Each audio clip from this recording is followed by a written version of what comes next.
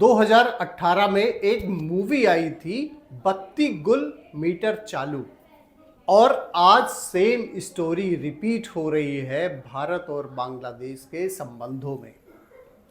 आपको ध्यान है कि बांग्लादेश में जिस तरीके से तख्ता पलट हुआ और उसके बाद में बांग्लादेश में हिंदुओं पर अत्याचार बढ़ गए। अगर हम इंडिया की बात करें तो कई सारे ऐसे लोग रहे, वहाँ पे कहा गया कि लोकतंत्र की बहाली हो गई, और इंडिया के ही कुछ ऐसे मीडिया पर्सन्स और लीडर्स कुछ जो विपक्ष में है वर्तमान में, उनको बड़ी खुशी हुई। उन्होंने कहा कि लोकतंत्र, वहाँ पे डेमोक्रेसी जो है वो आ गई है। अब डेमोक्रेसी का हाल क्या है? डेमोक्रेसी का हाल ये रहा कि वहाँ हिंदुओं को कोई त्यौहार नहीं मनाने दिया गया, चाहे वो नवरात्रि रही हो, चाहे उसके बाद में ये दीपावली रही हो। लेकिन इसी बीच में कई तरीके से परेशानियां खड़ी की गई, तो भारत ने एक पासा फेंका और उन्होंने बांग्लादेश को हैसियत बता दी, और उस हैसियत को बताने से कई सारे संकेत भी निकलकर सामने आए।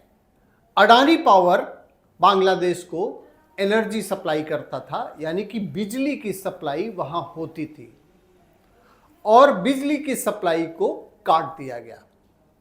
बांग्लादेश जो बड़ी बड़ी डींगे मारने वाला, वो पूरा अंधेरे में आ गया। हम आपको बताते चलें कि 846 मिलियन डॉलर बकाया है बांग्लादेश पर, वो पैसे नहीं दे पा रहा है। तो अडानी पावर ने कहा है कि अगर 7 नवंबर तक पैसे नहीं दिए जाते हैं तो बिजली बहाल नहीं की जाएगी, और कटौती कर दी गई है, और 1600 मेगावाट की कमी हो गई है बांग्लादेश में। हर जगह अंधेरा ही अंधेरा नजर आ रहा है, और जो है भी उनके पास में बिजली, वो बहुत ही कम समय के लिए है। बांग्लादेश अभी भी, बांग्लादेश भारत के ही वजह से अस्तित्व में आया था। बांग्लादेश को भारत ने ही आज़ाद कराया था, पाकिस्तान के चंगुल से छुड़ाया था, लेकिन यही बांग्लादेश भारत को भी आंखें दिखाने लगा। भारत ने एक ही ऐसी चाल चली कि बांग्लादेश उसमें पूरी तरीके से चित्त हो गया।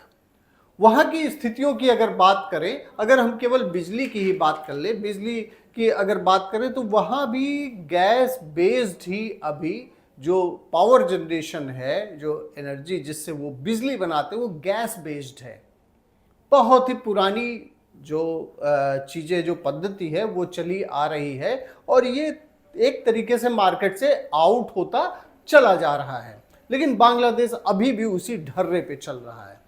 भारत ने उनको आज़ादी के समय सहयोग किया, और उसके बाद में अगर हम बात करें तो बांग्लादेश ने पिछले 8 साल में, 2023 तक की बात करें जब तख्ता पलट हुआ, उसके पहले की अगर बात करें तो भारत ने 8 साल में लाइन ऑफ क्रेडिट देके, यानी कि उनकी मदद करके 8 बिलियन डॉलर से उनको सपोर्ट किया।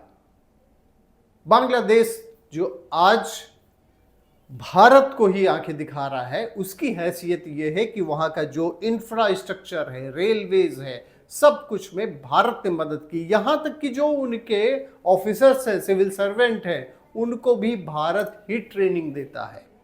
अब सोचिए उनकी स्थिति क्या है। लेकिन बांग्लादेश अभी भी क्या है कि वो अपने को एक तरीके से सुप्रीम दिखाने के लिए ऐसे उसमें पहुंच गया, और वहां जो केओस आया, जो एनार्की आई, उसका खामियाजा बांग्लादेश के लोग भुगतना शुरू कर चुके हैं। अगर हम ट्रेड की बात करें तो भारत और बांग्लादेश के बीच में 14 बिलियन डॉलर का ट्रेड होता रहा है, और इसमें से जो ट्रेड होता है, भारत से काफ़ी कुछ सामान यहाँ से जाते हैं और भारत उनसे कुछ सामान लेता है।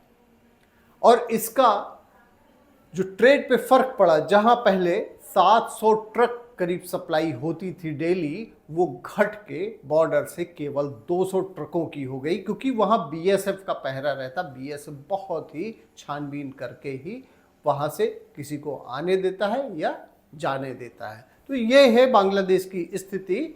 और बांग्लादेश में अगर हम बात करें तो भारत के लिए कितना बड़ा मौका मिल गया, क्योंकि जो टेक्सटाइल इंडस्ट्री है ये कई जगहों पे ग्लोबल ट्रेड भारत जो है अब बढ़ रहा है, क्योंकि बांग्लादेश धीरे धीरे कम हो रहा है। और हम इसी के बाद में जब से तख्ता पलट हुआ उसके बाद की अगर बात करें तो 85% की ग्रोथ देखी गई है। 8.5% ग्रोथ इतने ही दिनों में देखा गया।